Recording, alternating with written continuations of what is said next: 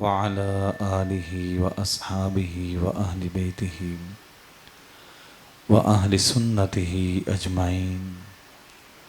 अम्मा बाद फ़अऊज़ु बिल्लाहि मिनश शैतानिर रजीम। बिस्मिल्लाहिर रहमानिर रहीम। अन्नबिय्यु औला बिल मुअमिनीना मिन अनफुसिहिम। सदक़ल्लाहुल अज़ीम व सदक़ रसूलुहुन नबियुल करीमुल अमीन। इन्नल्लाह व मलाइकतहु युसल्लूना अलन नबी या अय्युहल्लज़ीना आमनू सल्लु अलैहि वसल्लिमू तस्लीमा। दुरूद पाक पढ़ लीजिए। सलातु सलामु अलैका या रसूलल्लाह व अला आलिका व अस्हाबिका या हबीबल्लाह। अस्सलातु सलामु अलैका या नबीयल्लाह व अला आलिका व अस्हाबिका या खातमन नबिय्यीन। नवैतु सुन्नतल इतिकाफ। मेरे मोहतरम भाइयों, मोहतरम दोस्तों, मालिक कायनात का ये फ़ज़ल अज़ीम हुआ कि उस मालिक ने हमें महफ़िल ज़िक्र अहले बैत और महफ़िल मदीना में हाज़री की तौफ़ीक़ अता फ़रमाई। दुआ है मालिक कायनात हमारे जनाब अवैस आबिद भाई और इनके रुफ़ाक़ा जो हाज़री मदीना के लिए जा रहे हैं, इनको कदम कदम बरकतें अता फ़रमाए। मदीना पाक से निस्बत जो है और मोहब्बत हर एक आशिक और हर एक मुसलमान का ये लगाव है, ये तमन्ना है। बल्कि मैं अगले दिन एक वीडियो देख रहा था, कुछ 100 साल से ज़ायद की एक माई थी, तो उससे पूछा गया कि अब आपकी तमन्ना क्या है, तो रोई पड़ी, कहती किसी तरीके अल्लाह मनो लै जाए से, मैं डिगदी टहदी टुट जावांगी, मनो उत्थे लै जाए से किसी तरीके। यानी कि जब मुंह में दांत और जिस्म में ताकत नहीं भी रहती तब भी आशिक का दिल जवान ही रहता है। ज़ौफ़ माना मगर ए ज़ालिम दिल, उनके रास्ते पे तो न थका कर। हमारा आम तौर पर जो है ना, मदीना पाक के साथ एक तादाद है, उनका लगाव तो होता है, लेकिन वो इरादा करके बैठे होते हैं कभी जाएंगे, कभी हुजूर हमें भी बुलाएंगे। तो मैं कहता हूँ ये भी ठीक है, यकीनन वो ही बुलाते हैं, लेकिन तू तरफ तो पैदा कर, तू तरफ तो पैदा कर। अब हम अपने आप से पूछे कि अगर किसी ने हज नहीं किया हुआ और हज का अरमान है, तो क्या हमने हज की दरख़्वास्त जमा करवा दी? हम कहेंगे यार मेरे पास पैसे नहीं है, मैं कहाँ से करवाऊँ? भाई आप करवाएं, क्या पैसों से जाता है बंदा? क्या ख्याल है, क्या पैसों से जाता है? यहाँ तो हमने कई बड़े बड़े अमीर कबीर वो करोड़ोंपति लोगों को देखा है, वो फ़र्ज होने के बावजूद भी नहीं जा पा रहे होते, लेकिन वहाँ मालो दौलत की क्या है हकीकत है, पैसों के साथ क्या हो है।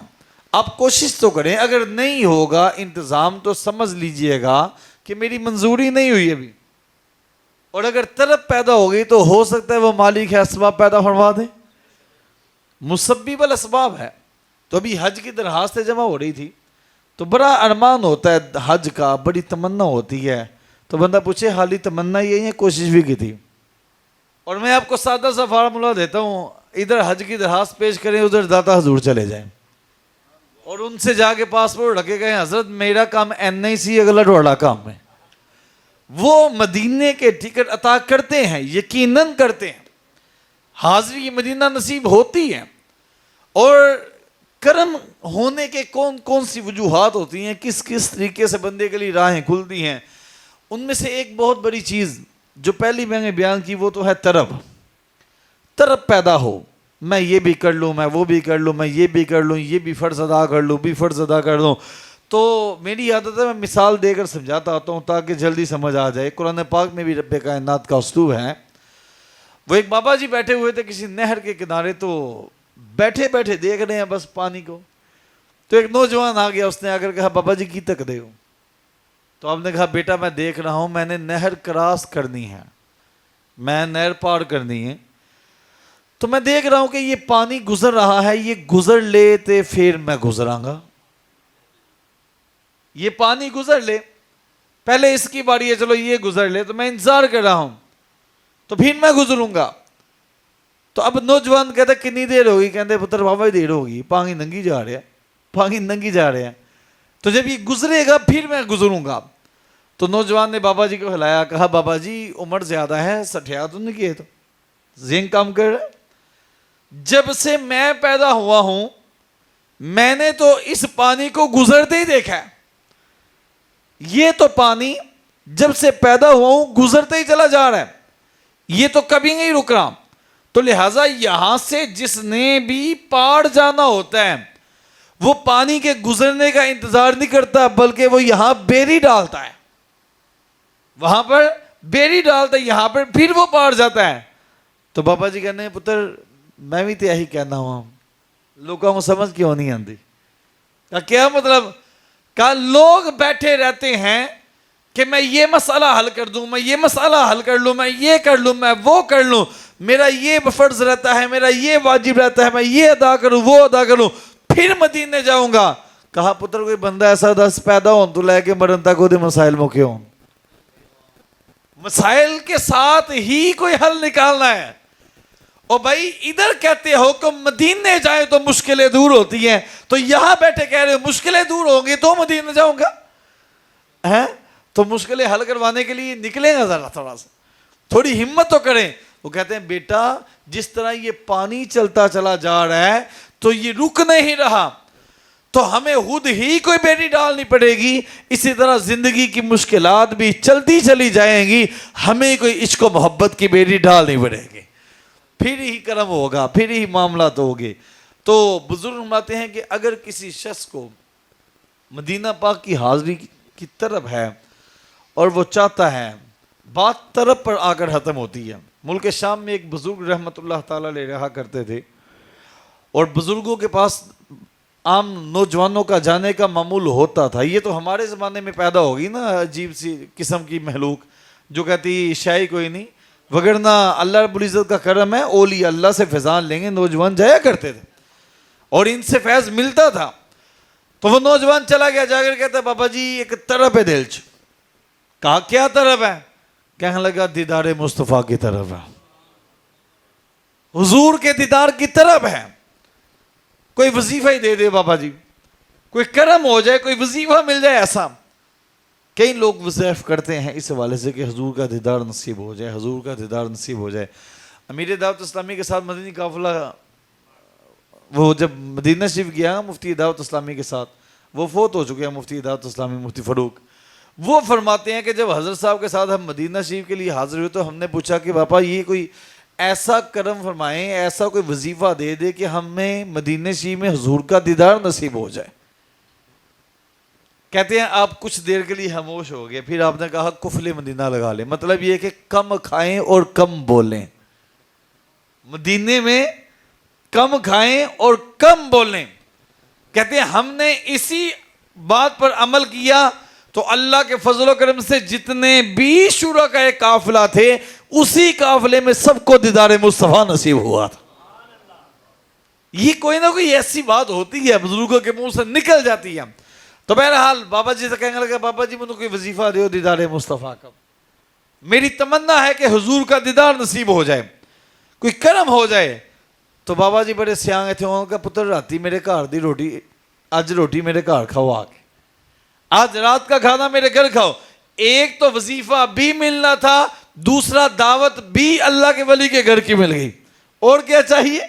जब रात का इंतजार किया नौजवान ने, रात हुई तो बाबा जी के घर गए। रोटी आप खुद पका लिया करते थे, आपने सालन के अंदर ना लप भर भर कर नमक डाल दिया, नमक डाल दिया लप भर के। और आप कभी समुंदर के पानी को थोड़ा सा एक घूंट लगाकर देखिएगा प्यास कैसे लगती है। नमकीन होता है, जब नमक ज्यादा खा ले तो प्यास की शिद्दत ज्यादा हो जाती है। अब नौजवान के सामने जब लप भर कर वो उन्होंने उसके आने से पहले खाना तैयार किया, नमक ज्यादा डाल दिया। अब जब खाना रखा गया उससे पहला लुकमा लगाया, जब पहला लुकमा लगाया तो लुकमा लगाते ही समझ गया है तो बहुत ज्यादा जरा नमकीन हो गया। लेकिन मरवतन मोहब्बतन अकीदतन वो नहीं बोला कि मेरा काम यह है कि मैं खाना खाकर वजीफा लेकर चला जाऊंगा, तो मैं अपना काम करता हूं।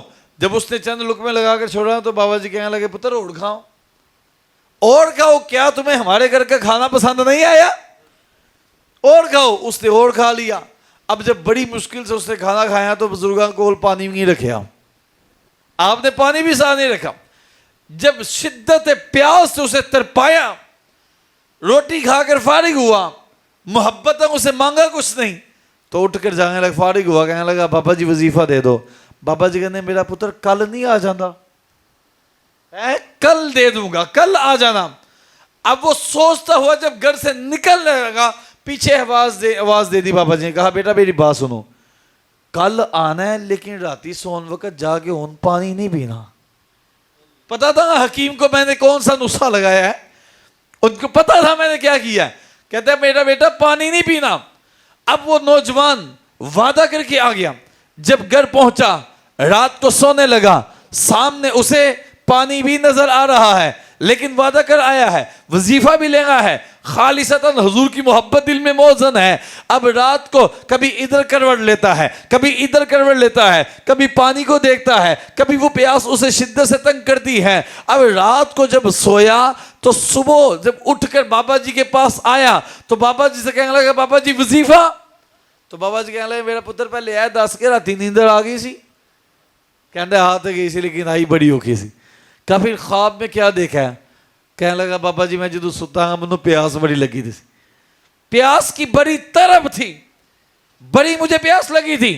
बाबा जी जब मैं सोया तो मैंने देखा बारिश हो रही है, मैं जब सोया तो मैंने देखा आबशारें बह रही हैं, मैंने देखा समुंदर है, दरिया है, पानी ही पानी देखा। तो बाबा जी कहने लगे बेटा जितनी तरफ के साथ रात पानी के लिए सोया है, अगर इतनी तरफ मुस्तफा जान रहमत की लकड़ रखकर सोएगा तो वो भी हाँ पे जलवा फरमा हो जाएगा।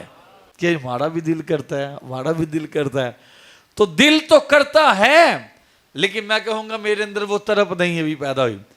अगर दिल करता है तो हमने अपनी आंखों को कितना संवारा कि हुजूर का दीदार कर लें, हमने कितना गुनाहों से बचाया कि हुजूर का दीदार नसीब हो जाए। इन आंखों में अगर जलवा यार आना है तो ज़ाते मुस्तफ़ा की तहारत, ज़ाते मुस्तफ़ा की नफासत और ज़ाते मुस्तफ़ा की अजमत को तो समझे। बंदा ये दूध लेंगे जाएगा, दूध लेंगे जाए तो दोधी के सामने अगर गंदा बर्तन ले जाएंगे तो कहता है ए नूर है, ए नहीं एदे च पैगा, ये तुम्हारा बर्तन गंदा है, इसके अंदर दूध नहीं आ सकता, ये नूर है। तो मैं कह रसूल करीम सल्लल्लाहु अलैहि वसल्लम की जात का दीदार करने की तलब रखने वाला बंदा कम से कम इन बर्तनों को साफ तो करेगा थोड़ा सा, जहां पर हुजूर के जलवे नजर आए इसकी तरफ इसकी तैयारी तो करेगा।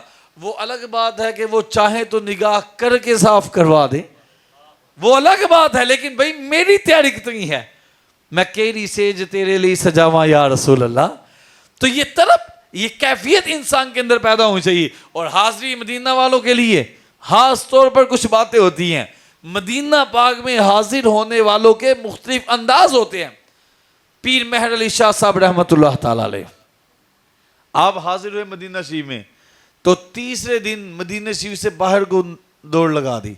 कहने लगे मुझे मदीने की हदूद से बाहर ले जाओ, मुझे हुदूद मदीना से बाहर ले जाओ, मैं यहां ठहर नहीं सकता अभी।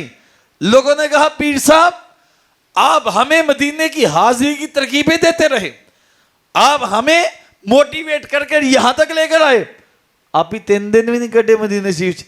तो आपने कहा मैं 3 दिन से ज्यादा अपना वजू कायम नहीं रख सकता, 3 दिन से ज्यादा अपना वजू कायम नहीं रख सकता। यानी अंदाज देखे, मोहब्बत देखे, इश्क और तरफ देखे और हुजूर की बारगाह में हाजिरी का अंदाज देखे। एक बुजुर्ग रहमतुल्लाह ताला का वाकया मदीना शरीफ के हवाले से पढ़ा था। वो रहते ही बाबू सलाम पर थे, बाबू सलाम पर बैठे रहते थे। किसी ने कहा हज़रत जी कभी अगे भी चक्कर लगाया करो, हैं कभी मालका के सामने भी खलोया करो जाके। तो जुमला सुनिएगा, उनकी आदत कहने लगे कुत्तियां का काम बूहे ते ही होता है, इनका काम दरवाजे पर ही होता है। यानी हम अंदाजा करें कि बुजुर्गां दीन का मिजाज और कैफियत दरबार मुस्तफ़ा में हाजिरी की क्या थी। और मौलाना जामी रहमतुल्लाह ताला अलैह आप वो शख्सियत हैं कि जब भी उशाक का नाम लिया जाए सरे फरिश्त आपका नाम भी लिखा जाता है। मौलाना जामी रहमतुल्लाह ताला अलैह मुस्तनद आलिम दीन है और आपकी एक रात की लिखी हुई किताब को दरस निज़ामी का तालिब इल्म पूरे साल में भी नहीं पढ़ सकता। वो चंद सफ़े पढ़कर भी रज जाता है कि आपने जो नहव के मौजू पर किताब लिखी, शरह मुल्ला जामी काफिया की शरह है, तो आपने वो जो किताब एक रात में लिखी वो आपकी करामत है। तो आपका इश्क, आपकी मोहब्बत हुजूर के साथ कैसी थी? सफरे हज का इरादा किया तो साथ ही एक नात भी लिख ली हैं, एक नात भी लिख ली कि जाकर हुजूर को सुनाऊंगा। ये नात लिखने वालों का बड़ा हौसला, यकीन जाने मुझे तो डर लगता है, मुझे तो डर लगता है कोई जुमला ऊपर का नीचे, नीचे का ऊपर ना हो जाए। दरबार मुस्तफ़ा के आदाब का तो बड़े बड़े उलामा थे वो जो लिखते थे। बहरहाल उन्होंने एक नात लिख ली, उसके अंदर कुछ अल्फाज यूं थे कि या रसूलुल्लाह सल्लल्लाहु अलैहि वसल्लम, कायनात का जर्रा जर्रा अब जाम लब हो चुका है, आका जरा रुख को तो दिखा दे, आका अपना दीदार तो करवा दे। हुजूर इतने साल गुजर गए, आपका दीदार जाहिरी तौर पर नहीं हो सका, हुजूर निगाह करम तो फरमाइए। अब आशिक की मोहब्बत हुजूर के साथ कैसी थी और हुजूर की निगाह करम कैसी थी, ये कैसे हो सकता है? कोई कहे कि वहां जाएं तो ही उनको पता चलता है। कहा आशिक जहां भी तरफता है हुजूर को खबर होती है। बंदा मिट जाए ना आका पे, वो बंदा क्या है? बेखबर हो जो गुलामों से, वो आका क्या है? अब जब मुल्ला जामी रहमतुल्लाह ताला अलैह निकले सफरे हज के लिए, हज किया, हज करके फारिग होकर मदीने से जाने लगे। शुक्रिया आपका सुल्तान मदीने वाले। अब हुजूर की बारगाह में जाना है, शुक्रिया अदा करने जाना है और साथ नात भी सुनानी है और दिल में वो तलब है कि हुजूर की बारगाह में ये नात सुनाऊंगा। और उस तरह की कैफियत भी थी, वो स्टेटस भी था। बहरहाल जब निकलेगा तो अमीर मक्का की ख्वाब में हुजूर तशरीफ ले आए। हुजूर ने फरमाया जामी को मदीने ना आने देना, जामी को मदीने ना आने देगा। अब वो जानते तो थे जामी कौन है, बहुत बड़े आलिम दीन थे। उन्होंने मौलाना जामी रहमतुल्लाह ताला को हाजिरी मदीना से रोक दिया। अब जब बंदा मक्के में हो और मदीने का फासला तकरीबन 340 किलोमीटर का दरमियानी फासला, बंदे की तरफ नहीं, वो अपना रूह नहीं निकल जाती कि बंदा कहे मैं हुजूर की बारगाह में हाजिर से रोक दिया गया। मौलाना जामी रहमतुल्लाह ताला अलैह तरफ बढ़ गई। अगला दिन आपने हुलिया बदला, बेस बदला और साथ ही आपने रास्ता बदला। फिर जब निकलने लगे फिर अमीर मक्का की ख्वाब में हुजूर तशरीफ ले आए। फरमाया फला फला हुलिये में फला फला रास्ते से आ रहा है, इसे जामी को मदीने ना आने देना। उन्होंने फिर सिपाही दुराए, मौलाना जामी को पकड़ा और पकड़कर जेल में डाल दिया। हुजूर फिर ख्वाब में तशरीफ ले आए। फरमाया मेरा जामी कोई मुजरिम तो नहीं है, मेरा जामी कोई मुजरिम तो नहीं है जो तुमने उसे जेल में डाल दिया है। बात यह है कि जामी ने एक नात लिखी है, वो चाहता है कि मैं रोज़ा रसूल बढ़ाकर सुनाऊं और वो दीदार की तमन्ना लिए आ रहा है। जामी का दरबार मुस्तफ़ा में ये स्टेटस है कि अगर वो हमारे रोजे पर आ गया हमें तकाजे तोड़कर उससे मुसाफा करना पड़ेगा। जामी की मोहब्बत हमारे साथ इतनी है, जामी का प्यार इतना है हमारे साथ। तो ये है जिन आशिकों की हाजिरी का मिजाज ये होता है। मिस्र का बादशाह जब मदीने शरीफ आया, अच्छा कुछ लोग ना अपने अपने अंदाज से हाजिरी देते हैं, बस हाजिरी ऐसी होनी चाहिए जिसमें बेअदबी ना हो, जिसमें बेअदबी ना हो। मिस्र का बादशाह मदीने शरीफ आता है और जब आया तो वो हाथियों के लश्कर पर आ रहा था। जब हदूद मदीना के बाहर पहुंचा तो लोगों ने रोक लिया, कहा ओ बादशाह तुझे पता नहीं कि दरबार मुस्तफ़ा है, तुझे पता नहीं कि कहां जा रहे हो? रसूल करीम सल्लल्लाहु अलैहि वसल्लम की बारगाह में हाजिरी के लिए। और ये बादशाही रौब दबदबा वहां छोड़ कर आता, ये पीछे छोड़ कर आता, इसकी आगे गुंजाइश नजर नहीं आती है, तो तुम कैसे आ रहे हो? तो उसका जवाब था तारीखी जवाब, ये मुझे कोई तोहफा मिल जाएगा बिलफर्ज कारी साहब, ये लामा साहब तोहफा दें, कोई वेस्ट कोट वगैरह तो बंदा पहन कर इनके सामने आता है, बंदा कहता चेक तो करो जरा सोनी भी लगी नहीं लगी है, चेक तो करें। जिसने गिफ्ट दिया होता है बंदा उसके सामने पहनकर आता है और चेक कराते देखो तो सही कैसा लगा। अब उन्होंने यही जवाब दिया। मिस्र के बादशाह ने कहा मैं कोई बेअदबी की गर्ज से नहीं आ रहा या मैं तकब्बुर की वजह से नहीं आ रहा, इसी आका ने तो बादशाही दी है, दिखाने आया हूं आका, सोनी भी लगती है नहीं लगती है? हुजूर ये जो बादशाही आपने अता की है, ये देखे तो सही, इस तरह सोनी भी लगती है, मुझे जचती भी है या नहीं लगती है?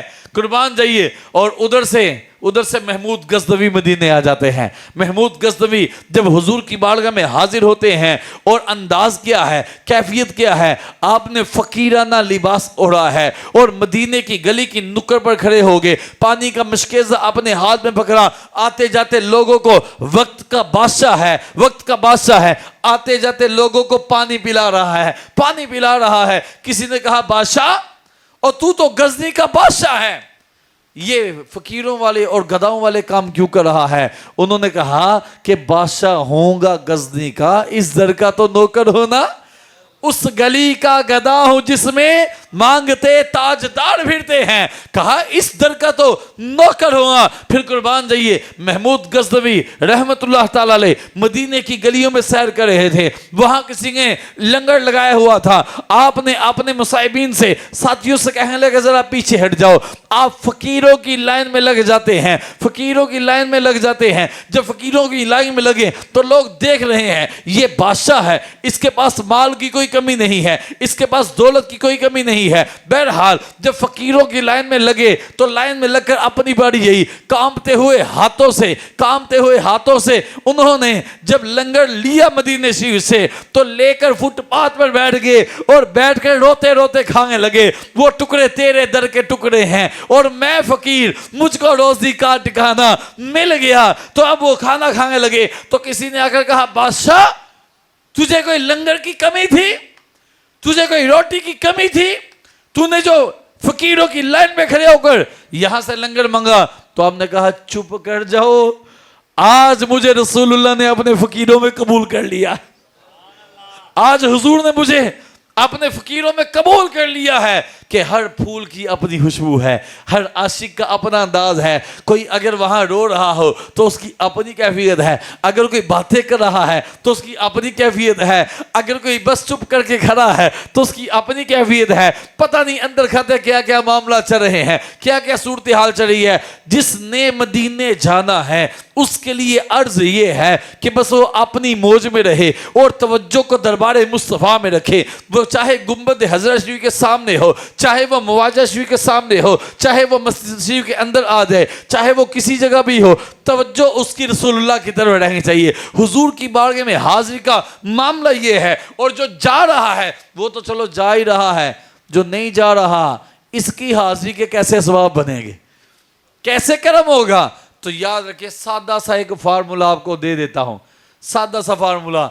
मैं मौलाना नकी अली हां रहमतुल्लाह ताला अलैह सैयदी आला हज़रत के वालिद गिरामी है, उन्होंने किताब लिखी है, उसका तर्जुमा किया गया फ़ज़ाइल दुआ के हिसाब से।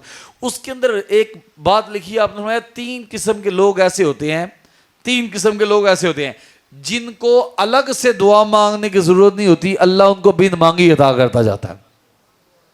आज आए हैं तो ये सबक याद करके चले जाए। तीन किस्म के लोग ऐसे होते हैं। पूछा वो कौन से? अच्छा, ये बात पढ़ने से पहले भी मुझे यकीन हो चुका था कि ये बंदा वाकयातन इनमें शामिल है कि बिन मांगे मिलता है। और फिर वो कहता है बिन मांगे दिया, और इतना दिया कि दामन में हमारे समाया ही नहीं। वो बंदा आपने सुना, पहला शख्स वो है जो मुस्तफ़ा जाने रहमत की बारगाह में कसरत से दरूद पढ़ता रहे। ये वो बंदा है जो कसरत से दरूद पढ़ता रहे। अगर मैं तहदीसे नेमत के लिए अर्ज करूं तो मुझे याद नहीं पड़ता 4 या 5 साल से मैंने अलग से कोई वजीफा पढ़ा हुआ हो स्पेशल, सिर्फ एक ही वजीफा है दरूद पाक। और अल्लाह का ये फजल है कि इस दरूद की बरकत से, इस दरूद की बरकत से मिलता क्या क्या है। लंबी फरिश्ते में थोड़ा सा आपके सामने पढ़ता हूं। फरमाया दरूद पढ़ने वाले के चेहरे पर नूरानियत आ जाती है, दरूद पढ़ने वाले की जुबान में तासीर आ जाती है, दरूद पढ़ने वाले से मोमिन मोहब्बत करते हैं, दरूद पढ़ने वाले से मुनाफिक नफरत करेगा, दरूद पढ़ने वाले की दुआएं कबूल होंगी, दरूद पढ़ने वाले की औलाद नेक हो जाएगी, दरूद पढ़ने वाले के रिज़्क़ हलाल में बरकतें होंगी, दरूद पढ़ने वाले को रब्बे कायनात जिस महफिल में भी ये चला जाए उस महफिल में इज्जतें, शाने और अजमतें अता फरमा देगा। दरूद पढ़ने वाला अगर बीमार बीमार है तो इलाज की गर्ज से दुरूद पढ़े, रब्बे कायनात शिफा अता कर देगा। दुरूद पढ़ने वाला मकरूज है तो कर्जे उतर जाएंगे। फिर दुरूद पढ़ने वाले की औलाद के ऊपर इसके दुरूद का रंग नजर आएगा, इसके दुरूद का रंग नजर आएगा। फिर दुरूद पढ़ने वाला मुहताजी से बचा लिया जाता है, दुरूद पढ़ने वाला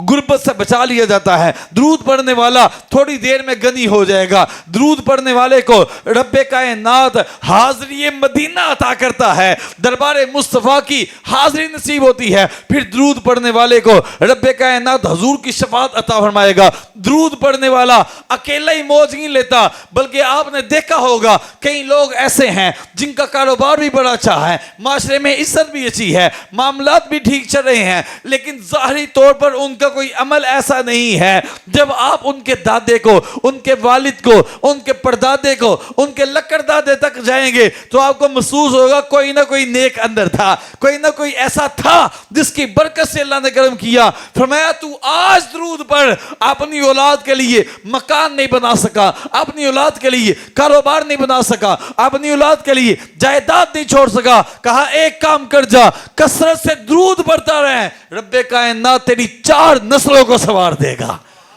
4 पुश्तें बच जाती हैं। फिर फरमाया दुरूद पढ़ने वाले को हुजूर करीम आका सल्लल्लाहु अलैहि वसल्लम की निगाह करम नसीब होती है। दुरूद पढ़ने वाला जब दुनिया से जाएगा मुस्तफ़ा जान रहमत का दीदार पाएगा। दुरूद पढ़ने वाला जब कब्र में रखा जाएगा तो कब्र में मुनकर नकीर सवाल पूछेंगे, मर रब्बु का, मा दीनु का, मा कुंता तकुलु फी हक़्क़ि हाज़ा रजुल, इनके बारे में क्या कहा करता था। चूंकि वो दुरूद ही पढ़ा करता था, वहां पर भी हाथ बांध कर कह देगा, काबे के बदरुद्दोजा तुम पे करोड़ों दुरूद, तैबा के शम्सो दुहा तुम पे करोड़ों दुरूद, दाफाए जुमला बला तुम पे करोड़ों दुरूद, शाफाए रोज़े जज़ा तुम पे करोड़ों दुरूद। आका दिल करो ठंडा मेरा, वो कफे पा चांद सा सीने पे रख दो जरा, तुम पे करोड़ों दुरूद। जात हुई इंतिहाब, वस्फ हुए लाजवाब, नाम हुआ मुस्तफ़ा तुम पे करोड़ों दुरूद। तुमसे जहां की है याद, तुमसे जहां का सवाल, असल से है जिल बंदा तुम पे करोड़ों दुरूद। वहां क्या कहेगा, कहेगा आका अपने खतावार को अपने ही दामन में लो, कौन करे ये भला, तुम पे करोड़ों दुरूद। और करके तुम्हारे गुनाह मांगे तुम्हारी पनाह, तुम कहो दामन में आ, तुम पे करोड़ों दुरूद। और क्या कहेगा, कहेगा आका हमने हता में न की, तुमने अता में न की, कोई कमी सरबरा तुम पे करोड़ों दुरूद। कहा जब ये कब्र में रहेगा हुजूर की निगाह करम नसीब होगी और क़यामत तक के लिए कब्र में इसका जिस्म भी सलामत रहेगा, इसका कफन भी सलामत रहेगा। कितनी अल्लाह अकबर या रसूल अल्लाह अली। तो दुरूद पढ़ने वाला सिर्फ यहां पर ये पैकेज खत्म नहीं होता, दुरूद पढ़ने वाले का पैकेज यहां तक खत्म नहीं होता, बल्कि ये बात आगे बढ़ेगी, ये बात आगे बढ़ेगी। जब मैदान महशर होगा क़यामत वाले दिन, जो बंदा रोजाना 50 मरतबा दुरूद पढ़ता है, मेरे करीम ने फरमाया कि मैं क़यामत वाले दिन उसके साथ मुसाफहा करूंगा, और जितना दुरूद ज्यादा पढ़ता है उतना क़यामत वाले दिन हुजूर के करीब होगा। कहा जो बंदा दुरूद पढ़ने वाला है जब क़यामत वाला दिन होगा तो इसका चेहरे से पहचाना जाएगा ये मुस्तफ़ा जाने रहमत का गुलाम आ रहा है, कि नूर आंखों पे तो चेहरों पे उजाले होंगे, मुस्तफ़ा वालों के अंदाज ही निराले होंगे। और वहां से जब हुजूर करीम आका सल्लल्लाहु अलैहि वसल्लम का कुर्ब नसीब होगा, हुजूर दुरूद की बरकत से इसकी शफाअत फरमाएंगे, और दुरूद की बरकत से मिज़ान पे पल्ला भारी होगा, दुरूद की बरकत से पुल सिरात से पार होगा। मेरे इमाम बरेली के ताजदार बोलो थे, फरमाते हैं सच्ची बात बताते ये हैं, मीठी सीधी राह चलाते ये हैं, टूटी आसे बंधाते ये हैं, हिलती नीवें जमाते ये हैं, और अपने बड़म से हम हल्कों का पल्ला भारी कराते ये हैं। ठंडा ठंडा मीठा मीठा पीते हम हैं, पिलाते ये हैं, सल्लिम सल्लिम की डाढ़ से पुल से पार लगाते ये हैं। कह दो रजा से हुश हो हुश रह, मुज़्दा रजा का सुनाते ये हैं। तो दुरूद पाक को अपना मामूल बनाना है। और यहां पर भी बात खत्म नहीं होगी, फरमाया दुरूद पढ़ने वाला जब दाखिले जन्नत होगा तो जन्नत में मुस्तफ़ा जाने रहमत का परोस नसीब हो जाएगा। काम कितना है छोटा सा, फराइज के बाद दुरूद है, फराइज और वाजिबात के बाद दुरूद पाक की कसरत, हुजूर की बारगाह में अच्छा कैसे होगा ये, कैसे मुमकिन होगा? तकरीर तो सुन ली हमने, बात को ख़त्म करते हैं क्योंकि हमने दुआ भी करनी है, नमाज इशा भी आगे। तो एक काउंटर ले लें, मैं तो आपको मशवरा देता हूँ, कईयों को तस्वीर पर ज़ौक़ होता है, वो तस्वीर पढ़ लें।